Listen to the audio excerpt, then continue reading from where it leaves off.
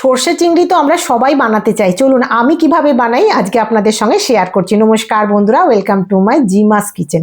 এখানে আমি 2 টিস্পুন মতো সাদা সর্ষে নিয়ে নিলাম, আর নিয়ে নেবো এর সঙ্গে 1 টিস্পুন মতো কালো সর্ষে। এছাড়াও এই সাদা কালো সর্ষের সঙ্গে 1 টিস্পুন মতো আমি দিয়ে দেবো পোস্ত, দিয়ে অল্প একটু লবণ দিয়ে এটাকে একটা শুকনো ড্রাই অবস্থাতেই আমি আগে গুঁড়ো করে নেবো।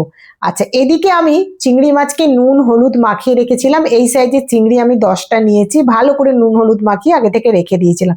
গুঁড়ো করার মধ্যে আমি 4টে কাঁচা লঙ্কা দিয়ে অল্প জল দিয়ে একটা পেস্ট বানিয়ে নেব। এইবার ফ্রাইং প্যানের মধ্যে আমি তেল দিয়ে দিলাম, সর্ষের তেলেই কিন্তু পুরো রান্নাটা করব। তেলটা যখন খুব ভালো করে গরম হয়ে যাবে তখন আমি খুন্তির সাহায্যে তেলটাকে খুব ভালো করে নাড়াচাড়া করে নেব। তেলটা যখন একদম গরম হয়ে যাবে তারপরেই কিন্তু আমি মাছটা দেবো। দেখুন আমার তেল গরম হয়ে গেছে, এইবার আমি মাছটা এর মধ্যে ছেড়ে দিচ্ছি। চিংড়ি মাছ ভাজতে কিন্তু বেশি সময় লাগে না, আর খুব বেশি যদি চিংড়ি মাছ ভাজা হয় না তাহলে একটুখানি শক্ত হয়ে যায়, শিটে টাইপের হয়ে যায়। চিংড়ি মাছ এইভাবে রান্না করবেন, দেখবেন পুরো এক থালা ভাত আপনি শুধু চিংড়ি মাছের ঝাল দিয়ে খেয়ে নিতে পারবেন। আর খুব কম টাইমের মধ্যে হয়, চিংড়ি মাছ তো খুব কম টাইমে ভাজা হয়। আর একটুখানি নাড়াচাড়া করে আমি এবার একটা পিঠ উল্টে দিচ্ছি। গরম ভাতের সঙ্গে যদি এই রকম চিংড়ি মাছের ঝাল পাওয়া যায় না, আর কিচ্ছু লাগবে না। সমস্ত মাছগুলো আমি একটা একটা করে দেখুন উল্টে দিয়েছি। এবার যখন আরেকটুখানি ওয়েট করব, অপর পিঠটা যতক্ষণ না ভাজা হচ্ছে। গ্যাসের ফ্লেম কিন্তু আমি মিডিয়ামে রেখে দিয়েছি। যখন ভাজা হয়ে গেছে এইবার আমি সমস্ত চিংড়ি মাছগুলো প্লেটের মধ্যে উঠিয়ে নেব। আমার এই তেলটা যেটা বেশি আছে সেই তেলেই কিন্তু পুরো রান্নাটা করব।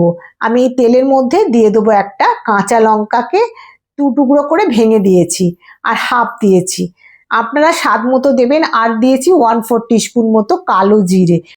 এর মধ্যে আমি গুঁড়ো লঙ্কা আর হলুদটা দিয়ে দেবো। আমি এর মধ্যে হাফ টিস্পুন মতো গুঁড়ো হলুদ দিয়েছি, আর হাফ টিস্পুন মতো কাশ্মীরি লঙ্কার গুঁড়ো দিয়েছি।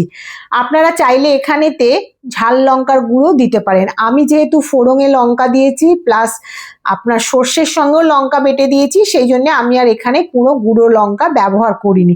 এইবার যে সর্ষে পোস্ত কাঁচা লঙ্কা বেটে রেখেছিলাম অল্প তার মধ্যে থেকে একটুখানি এর মধ্যে ঢেলে দেবো, দিয়ে ভালো করে হলুদ লঙ্কার সঙ্গে মিশিয়ে নেবো। খুব ভালো করে যখন মেশানো হয়ে যাবে হলুদ লঙ্কা এর মধ্যে, তখন আমি এর মধ্যে দিয়ে দেবো পরিমাণ মতো লবণ। লবণ কিন্তু আমি সর্ষে বাটার সময়ও দিয়েছি, সেই জন্য লবণটা একটু খেয়াল করে দেবেন। লবণ দিয়েও আমি ভালো করে দেখুন মাখামাখি করে নিয়েছি। এটা যখন ড্রাই হয়ে যাবে তখন আমি এর মধ্যে যে ভেজে রাখা চিংড়ি মাছটা ছিল প্রথমে চিংড়ি মাছটা দিয়ে দেবো। বাদ বাকি সর্ষে বাটাটা আমি রেখে দিয়েছি, চিংড়ি মাছটা দিয়ে একটুখানি নাড়াচাড়া করে নেবো। যখন চিংড়ি মাছটা নাড়াচাড়া হয়ে যাবে বাদ বাকি যে সর্ষেটা আমি বেটে রেখেছিলাম একটু পাতলা জল দিয়ে গুলে, সেই সর্ষেটা পুরোটাই আমি এর মধ্যে দিয়ে দেবো, আর একটু জল আমি এর মধ্যে দেবো। আপনারা চাইলে জলটা কম বেশি করে নিতে পারেন। আমি মাছটা এইরকম ভাবেই করবো, কারণ কি এটা ভাত দিয়ে খাবো তো, যাতে একটুখানি ঝোলটা থাকে। আর এটাকে এবার আমি ফুটতে দেবো। দেখুন ফুটে মোটামুটি আমার মাছ রেডি হয়ে গেছে। অসম্ভব সুন্দর খেতে হয় গরম ভাতে, বলছি তো। যদি একটুখানি আপনার পাতে পড়ে না তাহলে আপনারা পুরো ভাতটাই এটা দিয়ে খেয়ে নিতে পারবেন। আমার হয়ে গেছে। আপনারা চাইলে এর ওপরে ধনেপাতা ছড়িয়ে দিতে পারেন। আমি কিন্তু কিচ্ছু দেবো না, শুধু কাঁচা লঙ্কা দিয়েই সার্ভ করে দেবো।